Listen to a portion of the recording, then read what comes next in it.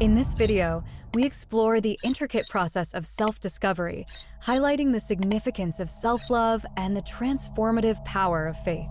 Learn how to navigate the cycles of spiritual growth, the role of emotions in achieving mental clarity, and the spiritual principles behind universal human needs.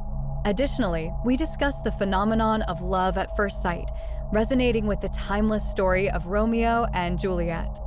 Quo's teachings emphasize the importance of willpower, meditation, and faith in overcoming personal challenges and embracing the inherent goodness within.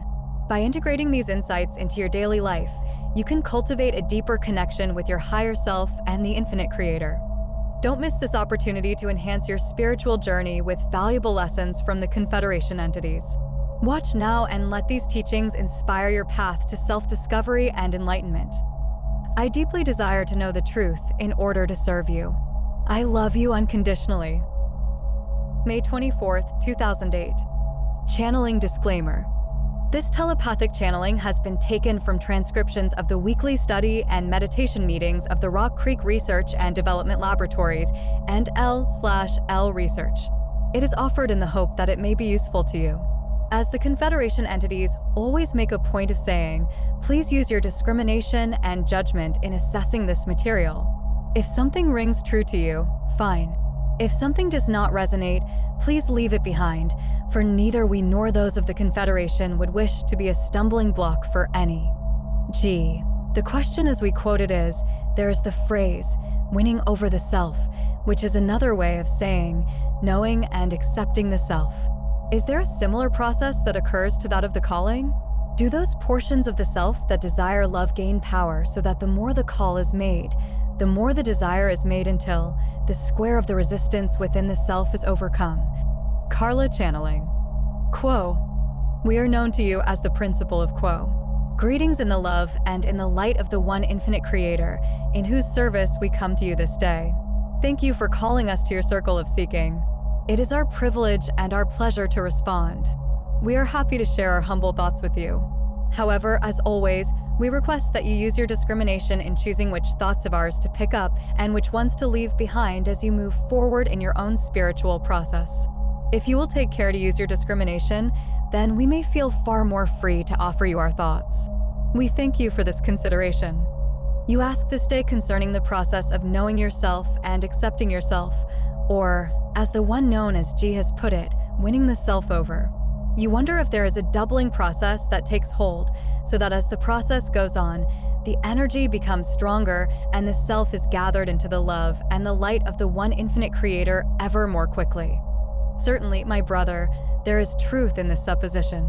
Yet, it is not the precise way of the process of gathering the self into the open heart to say that there is a doubling effect as you work more. We shall come back to this idea later because there is, indeed, a doubling effect at work here. It is just somewhat different than your query. For now, let us look at this process of knowing the self and accepting the self. We would acknowledge that it is impossible to know the self fully. The self is known fully only at the point in the octave of creation where seventh density is beginning to fade into timelessness, and the mind/body/spirit becomes a mind/body/spirit totality.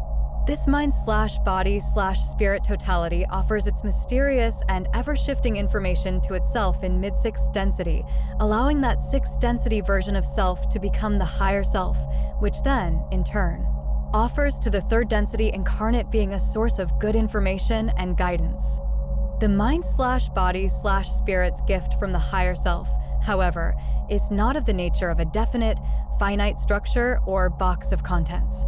It is full of mystery and paradox, as all entities are, because of the fact that they are in the image of the infinite creator, whose nature is rich in mystery and paradox. This is why we cannot say that there is precisely a doubling effect as one gets to know oneself better, because that work is never done. Indeed, those of us who speak with you this evening feel inadequate to the challenge of expressing in full the nature of ourselves. We have, however, become content to allow the question of self-definition to inhere in our vibrations or our essence. What we have to suggest is a discussion of the cycles that are an inevitable portion of the spiritual seeker and the dynamic between those cycles and that central essence of self which most decidedly does not have all the pieces of self collected.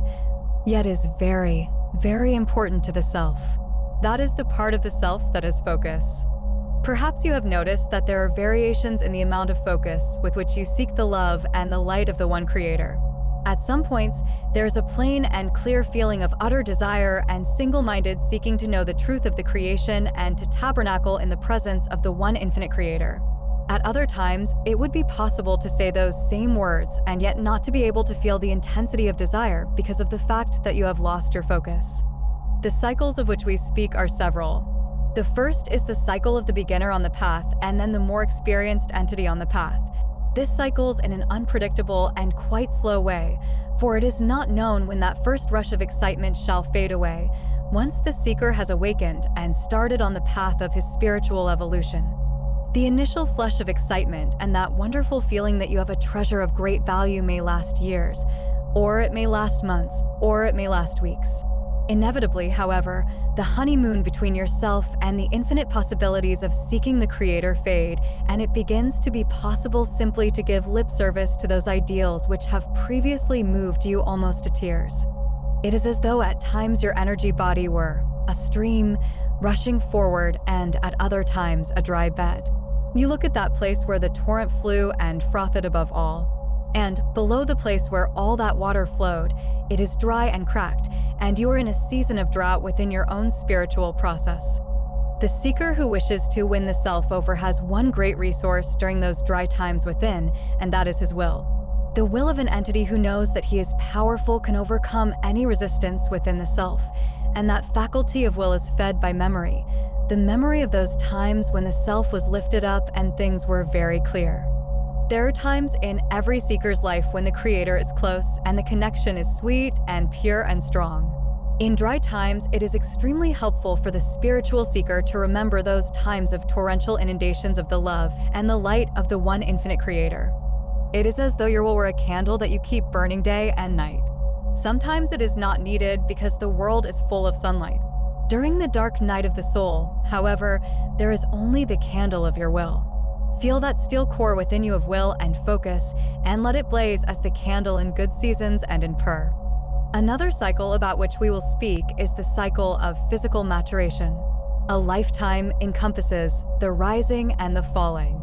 During the times of rising, there is a learning curve going on almost all the time concerning the consensus reality that surrounds the seeker and his skill in being able to function within that consensus reality. At those early times of an incarnation, it is often the case that the self cannot be known to the self because there is so much to learn and so much to process that there is no mental or emotional leisure for contemplating the self in a non-attached and witness-like focus. At the apex of the arch of life, there is a period during which the ability to function within consensus reality has been, if not perfected, brought up to acceptable standards for that which the seeker needs to do in his life, and at that point, he becomes free to choose his thoughts and to follow his thoughts where they might go. It is a blessed time in many ways, and yet it carries its own challenges. When the seeker does focus on knowing himself, he acquires a great deal of information, some of which is trustworthy and some of which is not. This is due to the fact that there are many inner voices which like to share their opinions concerning who you are. Some of those voices are parental. Others are the voices of teachers or other authority figures who instructed you in a certain way that penetrated into your personality shell and became thought forms that took root there. And those voices are still heard. They are not the voices of yourself. They are voices that are as distorted as any carnival mirror. No parent or authority figure knows you. Indeed, you yourself are struggling to know you. The challenge, as you open up to your own thoughts and the processes of conceptualization as you experience day by day, is to find your own voice. As the sun sets upon an incarnation and the physical body functions less well, it would seem as though one would, once again, have little time for spiritual matters, and indeed, this is the case with some entities whose older years are confused by failing minds. However, in many cases, the summer of the seeker's life may extend right up until the last breath is expelled from the physical body that is left at death in order that the spirit may enter again the larger life. It is well for an entity who is just beginning to be free of the learning process of becoming an adult to realize that there has been a long, slow learning curve that has placed tremendous pressure on the physical organism's mental complex. and especially the emotions. Therefore, as the seeker wakes up and begins to feel free of the learning of consensus reality, it is well for him to begin to gaze within in a way, which again contains that concept of focus and flame. When the seeker becomes fully aware that every person about him is a mirror for himself, there is in that realization a feeling of too much information. Shall the seeker take, in complete sincerity, every word that is spoken to him and every interaction with another person as being information about himself? If so, the information stacks up exponentially as the years go by.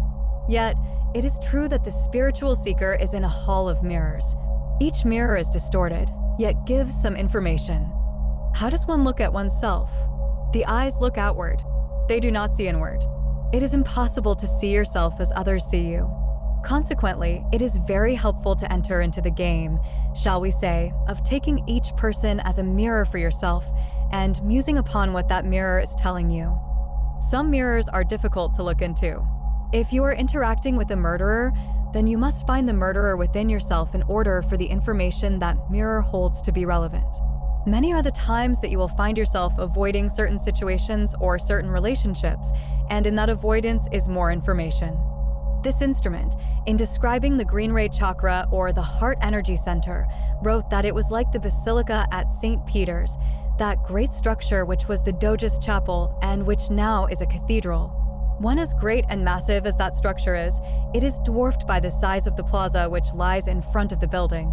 In pictures of this cathedral of St. Mark, that huge forecourt is always mobbed with thousands of tourists, and pigeons walking among the tourists, pecking at whatever the tourists drop to feed them. This is a fairly accurate image for the parts of yourself that are, to some extent, not yet integrated into your essential self. And here we may use that phrase of winning over the self, for as you stand in that outer courtyard of the open heart, you can deliberately and consciously move into work within yourself to take up each wandering portion of yourself as you find it, and bring it into your heart. It is easy to love the parts of yourself that conform to your ideals. Yet the tough truth is that there is much more to the self than those idealistic parts of the self that have been polished and cleaned and are on display, shall we say, in the windows of one's ideas about who one is. All of the rest of the self that lies in the shadows and has not yet been polished, has not yet been picked up, and has certainly not yet been recognized, waits for your attention. And this is not something that is a linear process. This is something that is like housework. You keep going back to that plaza of the self and recognizing a new portion of yourself from that shadow side. Then it is time to win that heart of the self over, to express your feelings of honor and respect for it, and to ask it to integrate itself into you so that its darkness becomes your strength rather than your weakness.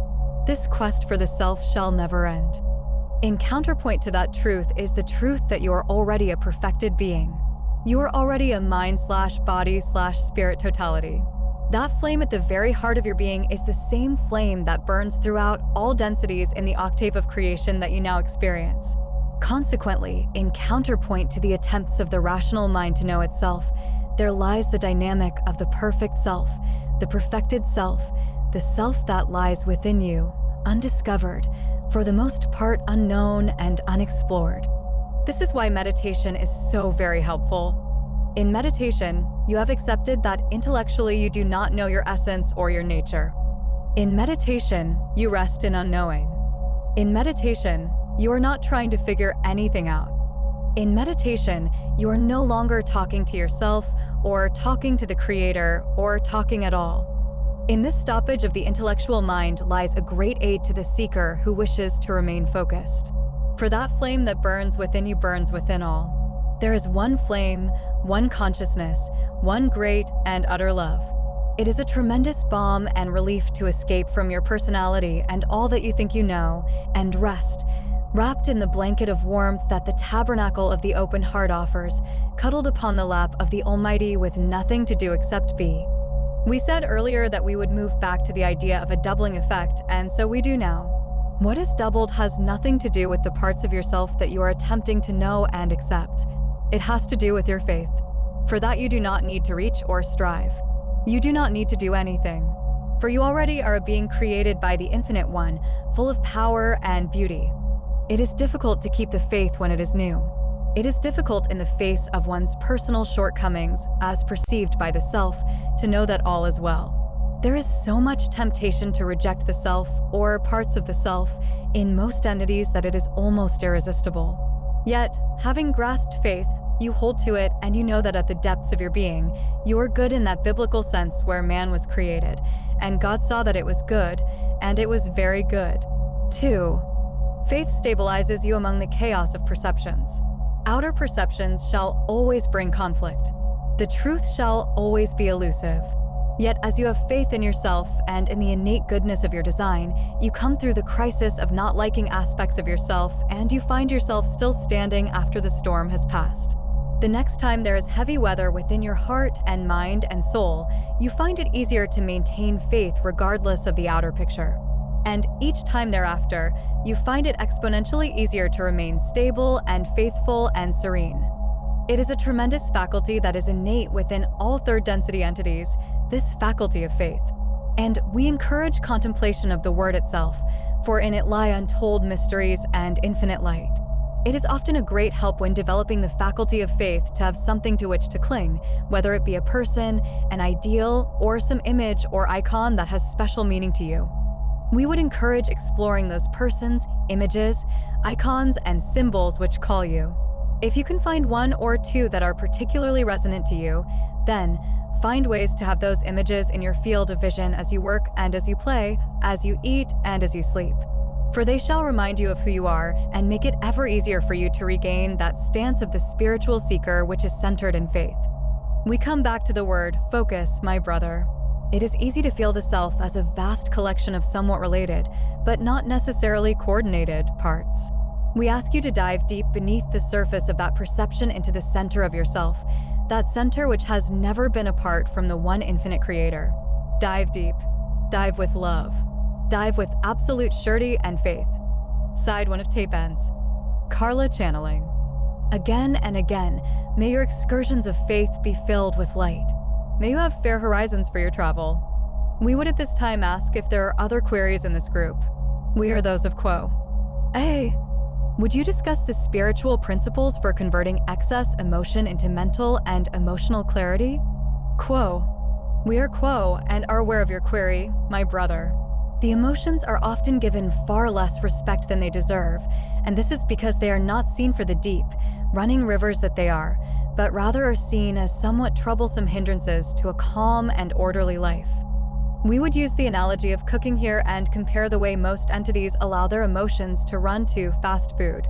It is easy to get, it is easily eaten, and there is not much nourishment in the food.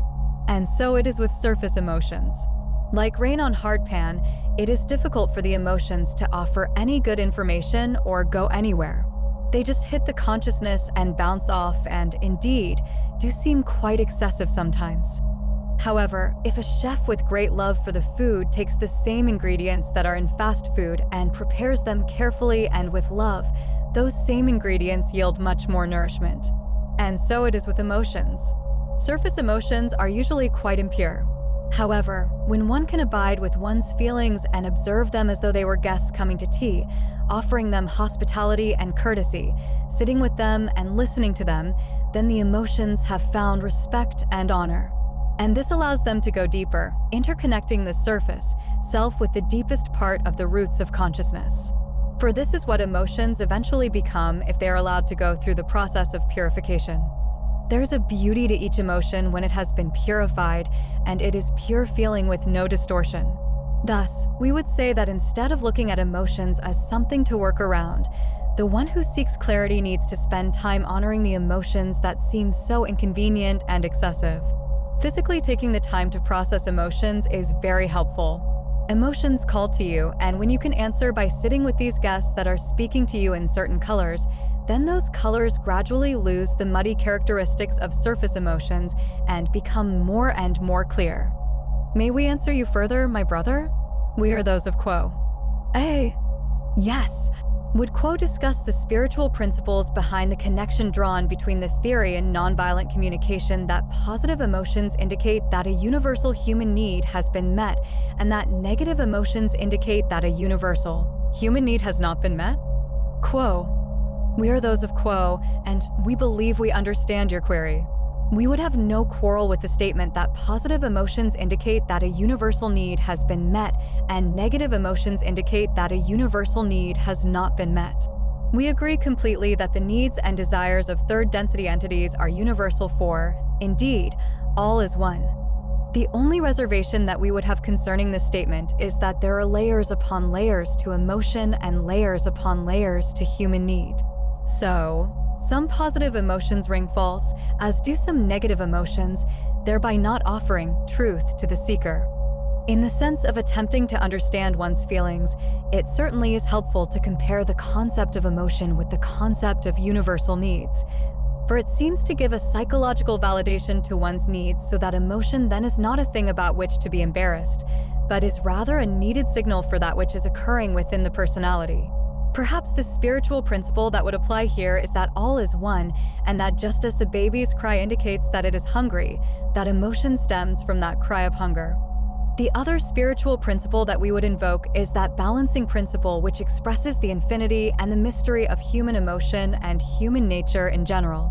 There are paths that move into mountain upon mountain upon mountain, raising the quality and the purity of human emotion many times for the entity who is willing to penetrate every emotion with his utter attention and respect.